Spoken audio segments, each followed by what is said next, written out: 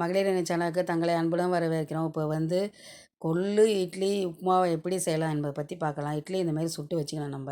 சுட்டு வச்சுக்கிட்டு அடுத்தது அதை வந்து நல்லா இந்தமாரி பொடி பொடியாக நசுக்கி விடணும். நம்ம இட்லி உப்புமாவு செய்கிறோம்ல அதே மாதிரி இதை செய்யலாம். இது வந்து மிகவும் சத்துள்ளது. நம்ம உடம்புக்கு வந்து நம்ம மாதம் ஒரு தடவை செஞ்சு சாப்பிட்டோன்னு வச்சிங்களேன், வெயிட்டும் வந்து குறையும், உடம்புக்கு மிகவும் நல்லது. அடுத்தது இப்போ வந்து அதில் மஞ்சத்தூள் ஒரு ஸ்பூன் அளவு போட்டு நல்லா பிசைஞ்சிக்கணும். இது வந்து நான் ஒரு ஆளுக்கு செய்கிறேன். உங்களுக்கு தேவைன்னா நீங்கள் அதிகமாக கூட செஞ்சீங்க. அடுத்தது அடுப்பில் வாணலை வைத்து அதில் வந்து எண்ணெயை ஊற்றி எண்ணெய் நல்லா காய்ந்த பிறகு அதில் வந்து கடுகு உளுத்தம் பருப்பு போட்டு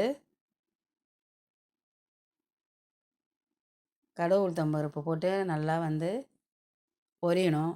பொரிஞ்ச உடனே ஒரு பெரிய வெங்காயத்தை பல்லாரி வெங்காயத்தை அரிஞ்சு பொடி பொடியாக அரிஞ்சு இந்த மாதிரி நல்லா வதக்கணும்.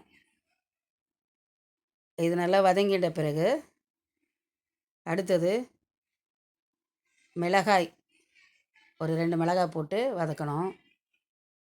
அடுத்தது கருவேப்பிலை அதையும் போட்டு லைட்டாக வதக்கணும். இப்போ லைட்டாக வதங்கிடுச்சு. அடுத்தது நம்ம பொடி பண்ணி வச்சுருந்த கொள்ளு இட்லியை அதில் வந்து போடணும். போட்டுட்டு நல்லா கிண்டணும். இதுக்கு நம்ம உப்புலாம் போட தேவையில்ல. ஏன்னா ஏற்கனவே அதில் உப்பு போட்டாச்சுல்ல, அதனால் உப்பு போட வேண்டிய அவசியம் இல்லை.